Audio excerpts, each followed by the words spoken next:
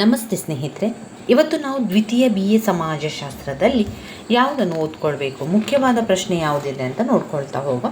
ಈಗಾಗಲೇ ಅವುಗಳನ್ನೆಲ್ಲ ತಿಳ್ಕೊಂಡಿದ್ದೇವೆ. ಮತ್ತೊಮ್ಮೆ ಯಾರೆಲ್ಲ ಪುಸ್ತಕಗಳನ್ನು ನೋಡಲಿಲ್ಲ, ಅಭ್ಯಾಸವನ್ನು ಆರಂಭಿಸುವ ಮೊದಲಿಗೆ ನೀವು ಬ್ಲಾಕ್ 1ರಲ್ಲಿ ಯಾವುದನ್ನು ಓದ್ಕೊಳ್ಳುವಂಥದ್ದು ಅಂತ ನೋಡ್ಕೊಳ್ಬೇಕು. ಅದರಲ್ಲಿ ವಿವಾಹದ ಪ್ರಕಾರಗಳು, ವಿವಾಹದ ಉದ್ದೇಶಗಳು, ವಿವಾಹದ ಕಾರ್ಯಗಳು ವೆರಿ ಇಂಪಾರ್ಟೆಂಟ್ ಆಗಿರುವಂಥ ಒಂದು ಪ್ರಶ್ನೆ. ಅದರಿಂದ ಯಾವುದೇ ಅಂಕಕ್ಕೂ ಕೂಡ ಪ್ರಶ್ನೆಯನ್ನು ಕೇಳ್ಬೋದು. ವಿವಾಹ ಮತ್ತು ಹಿಂದೂ ವಿವಾಹ, ಮುಸ್ಲಿಂ ವಿವಾಹ, ಕ್ರೈಸ್ತರ ವಿವಾಹ, ಇಷ್ಟೂ ವಿವಾಹದ ಪ್ರಕಾರಗಳ ಬಗ್ಗೆ, ಅದರ ಪ್ರಕ್ರಿಯೆಗಳ ಬಗ್ಗೆ, ಅದರ ಒಂದು ಕಾರ್ಯಗಳ ಬಗ್ಗೆ ನಾವು ತಿಳ್ಕೊಂಡ್ರೆ ತುಂಬಾ ಒಳ್ಳೆಯದು. ಇನ್ನು ಬ್ಲಾಕ್ 2ಅನ್ನು ನಾವು ನೋಡಿದರೆ ಅದರಲ್ಲೂ ಕೂಡ ಕುಟುಂಬದ ಗುಣಲಕ್ಷಣಗಳು, ಹಿಂದೂ ಅವಿಭಕ್ತ ಕುಟುಂಬದ ಬಗ್ಗೆ, ಬಂಧುತ್ವದ ಬಗ್ಗೆ, ಧರ್ಮದ ಬಗ್ಗೆ, ಜಾತಿ ಬಗ್ಗೆ ಇರುವಂಥದ್ದನ್ನು ಕಾಣ್ಬೋದು. ಅದಾದಮೇಲೆ ಬ್ಲಾಕ್ 3ರಲ್ಲಿ ಬುಡಕಟ್ಟು ಸಮಸ್ಯೆಗಳ ಬಗ್ಗೆ, ಹಾಗೆ ಅನುಸೂಚಿತ ಜಾತಿ ಮತ್ತು ಅನುಸೂಚಿತ ಪಂಗಡದವರ ಸಮಸ್ಯೆ ತಿಳ್ಕೊಳ್ಬೇಕು. ಲಿಂಗ ವ್ಯವಸ್ಥೆಯ ಅಧ್ಯಯನದ ಪ್ರಸ್ತುತತೆ, ಲಿಂಗಾಧಾರಿತ ಶ್ರಮ ವಿಭಜನೆಯ ಪರಿಕಲ್ಪನೆಯ ಬಗ್ಗೆ ಅಲ್ಲಿ ಹೇಳಿರುವಂಥದ್ದು. ಇನ್ನು ಬ್ಲಾಕ್ 4ರಲ್ಲಿ ಓದ್ಕೊಳ್ಬೇಕಾಗಿರುವಂಥ ಮಹಿಳಾ ಚಳುವಳಿ,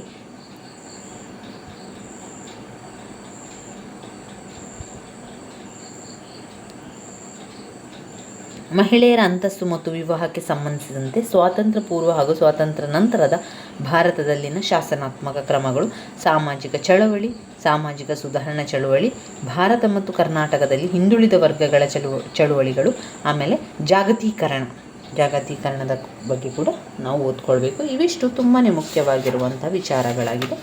ಆರಂಭದಲ್ಲಿ ನಾವು ಓದಬೇಕಾದ್ರೆ ಸಮಾಜಶಾಸ್ತ್ರ ಏನು ಅಂತ ಓದ್ಕೊಳ್ಳುವಂಥದ್ದು. ಸಮಾಜಶಾಸ್ತ್ರ ಅಂದರೆ ಸಾಮಾಜಿಕ ವಿಚಾರಗಳ ಬಗ್ಗೆ ಅಧ್ಯಯನ ಮಾಡುವಂಥದ್ದು ಸಮಾಜಶಾಸ್ತ್ರ ಆಗಿರುವಂಥದ್ದು. ಇನ್ನು ಇದರಲ್ಲಿ ಸ್ಮೃತಿಗಳ ಬಗ್ಗೆ ಈಗಾಗಲೇ ನಾವು ಅದನ್ನು ತಿಳ್ಕೊಂಡಿದ್ದೇವೆ. ನಾವು ಆದಷ್ಟು ಇದರಲ್ಲಿ 15 ಅಂಕದ ಪ್ರಶ್ನೆಯನ್ನು ಮೊದಲಿಗೆ ನೋಡ್ಕೊಳ್ಬೇಕು. ಯಾವುದು 15 ಅಂಕದ ಪ್ರಶ್ನೆ ಇದೆ?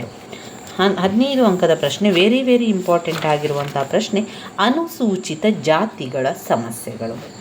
ಅನುಸೂಚಿತ ಜಾತಿಗಳ ಸಮಸ್ಯೆಗಳಲ್ಲಿ ಅವರ ಸಮಸ್ಯೆಗಳು ಏನು, ಯಾವುದರ ಬಗ್ಗೆ ಅದರಲ್ಲಿ ಗಮನವನ್ನು ಕೊಡುವಂಥದ್ದು ಅಂತ ನೋಡುವಂಥದ್ದು. ಅನುಸೂಚಿತ ಜಾತಿಗಳ ಇಂದಿನ ಸಮಸ್ಯೆ ಹಿಂದೆ ಉದ್ಭವಿಸಿದವಲ್ಲ. ಅದು ಬಹುತೇಕ ಸಮಸ್ಯೆಗಳು ಆರಂಭದಲ್ಲಿ ಸಣ್ಣದಾಗಿ ಹುಟ್ಟಿಕೊಂಡು ನಂತರ ದೊಡ್ಡದಾಗಿ ಬರುವಂಥದ್ದು. ತಲಾಂತರಗಳಿಂದ, ಅಲ್ಲಿ ಒಂದು ತಲಾಂತರದಿಂದ ಸಹಸ್ರಮಾನಗಳಿಂದ ಆರ್ಯರ ಕಾಲದಿಂದ ನಾನಾ ವಿಧದ ವಂಚನೆಗೆ ಒಳಗಾಗದ ಅವರು ಇಂದಿನ ಪರಿಸ್ಥಿತಿಗಿಂತ ಹೆಚ್ಚಾಗಿ ಹಿಂದಿನ ಪರಿಸ್ಥಿತಿಗಳ ಗುಲಾಮಗಿರರಾಗಿದ್ದಾರೆ. ಅದರಿಂದ ಅವರ ಇಂದಿನ ಸಮಸ್ಯೆಗಳನ್ನು ತಿಳಿಯುವ ಹಾಗೂ ದೇಶದ ಸ್ವಾತಂತ್ರ್ಯ ಪೂರ್ವದ ಅವರ ಸಮಸ್ಯೆಗಳನ್ನು ತಿಳಿಯೋಣ. ಇನ್ನು ಅದರಲ್ಲಿ ಪಾಯಿಂಟ್ಸ್ಗಳನ್ನು ನೋಡಿದರೆ, 1 ಸ್ವಾತಂತ್ರ್ಯ ಪೂರ್ವದ ಸಮಸ್ಯೆಗಳು, 2 ಅಸ್ಪೃಶ್ಯತೆ, 3 ದೇವದಾಸಿ ಪದ್ಧತಿ, 4 ಬೆತ್ತಲೆ ಸೇವೆ, 5 ಕಡಿಮೆ ಮಟ್ಟದ ಸ್ಥಾನಮಾನ, ಶೈಕ್ಷಣಿಕ ಅನರ್ಹತೆಗಳು, ರಾಜಕೀಯ ವಂಚನೆ, ಧಾರ್ಮಿಕ ವಂಚನೆ.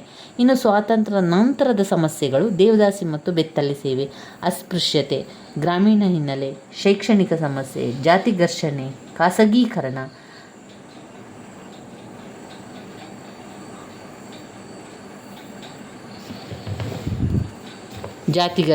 ಖಾಸಗೀಕರಣ, ಪರಿಶಿಷ್ಟ ಜಾತಿಗಳ ಜನರ ನಡುವೆ ಇರುವ ಸ್ಪರ್ಧೆ ಹಾಗೂ ಘರ್ಷಣೆ, ಕೆಳಮಟ್ಟದ ಔದ್ಯೋಗಿಕ ಸ್ಥಾನಮಾನ.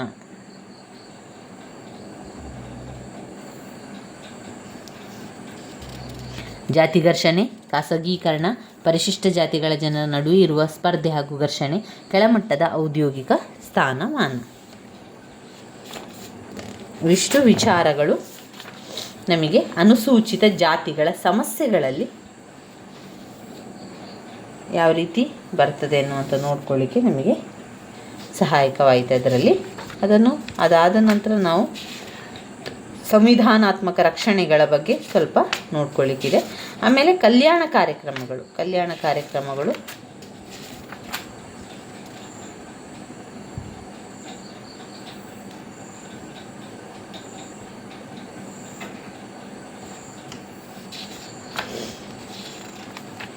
ಅನುಸೂಚಿತ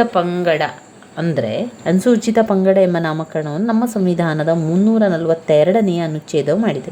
ಇದನ್ನು ಗಾಂಧೀಜಿಯವರು ಗಿರಿಜನರೆಂದು ಕರೆದಿದ್ದರೆ ಮಾನವಶಾಸ್ತ್ರಜ್ಞರು ಪ್ರಾಚೀನ ಜನರೆಂದು, ಮೂಲ ನಿವಾಸಿಗಳು ಆದಿವಾಸಿಗಳೆಂದು ಕರೆದಿದ್ದಾರೆ. ಒಟ್ಟಿನಲ್ಲಿ ಬೆಟ್ಟ ಕೊಳ್ಳಗಳಲ್ಲಿ, ದುರ್ಗಮ ಕಾಡುಗಳಲ್ಲಿ ಒಂದೇ ಸಮೂಹದಂತೆ ಇದ್ದು ನಾಗರಿಕ ಸೌಲಭ್ಯಗಳಿಂದ ದೂರ ಇರುವ ಮತ್ತು ನಮ್ಮ ಸಂಸ್ಕೃತಿಯ ವೈಶಿಷ್ಟ್ಯಗಳನ್ನು ಉಳಿಸಿಕೊಂಡು ಬರುವ ಒಂದು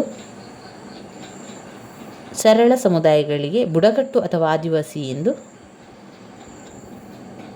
ಕರೆಯಬಹುದು ಅಂತ ಇಲ್ಲಿ ಹೇಳಿದ್ದಾರೆ. ಅಂದರೆ ಬುಡಗಟ್ಟು ಅಥವಾ ಆದಿವಾಸಿ ಅಂದರೆ ಯಾರು ಅಂದರೆ ಏನು ಅಂತ ಹೇಳಿದಾದರೆ,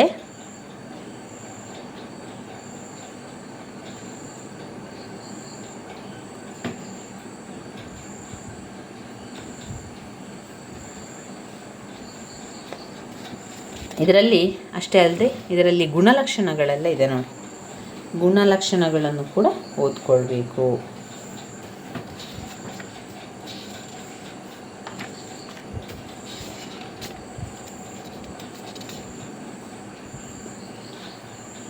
ಈ ಒಂದು ಉತ್ತರ ಅನುಸೂಚಿತ ಪಂಗಡಗಳ ಸಮಸ್ಯೆಗಳಲ್ಲಿ ಬರ್ತದೆ. ಸಮಸ್ಯೆಗಳು ಆರೋಗ್ಯ ಕುರಿತಾದ ಸಮಸ್ಯೆ, ಆರ್ಥಿಕ ಕುರಿತಾದ ಸಮಸ್ಯೆ, ಶೈಕ್ಷಣಿಕ ಸಮಸ್ಯೆ, ಅನಿಷ್ಟ ಸಂಪ್ರದಾಯಗಳು, ಇದೆಲ್ಲ ಕೂಡ ಅದರಲ್ಲಿ ಬರುವಂಥ ವಿಚಾರಗಳಾಗಿದೆ. ನಾವು ಮುಂದಿನ ವಿಡಿಯೋದಲ್ಲಿ ಇನ್ನಷ್ಟು ವಿಚಾರಗಳನ್ನು ತಿಳ್ಕೊಳ್ಳುವ. ಯಾವುದೆಲ್ಲ ಪ್ರಶ್ನೆಗಳು ತುಂಬಾ ಮುಖ್ಯವಾಗಿರುವಂಥದ್ದು, ಹಾಗೆ ಅದರಲ್ಲಿ ಯಾವ ವಿಚಾರಗಳು ನಾವು ಹೆಚ್ಚು ಕಲಿಬೇಕು ಅಂತ ಇದೆ ಅದನ್ನುಗಳನ್ನು ಸ್ವಲ್ಪ ಹೆಚ್ಚು ಕಲಿಯುವಂಥದ್ದನ್ನು ಮಾಡಿಕೊಳ್ಳುವ.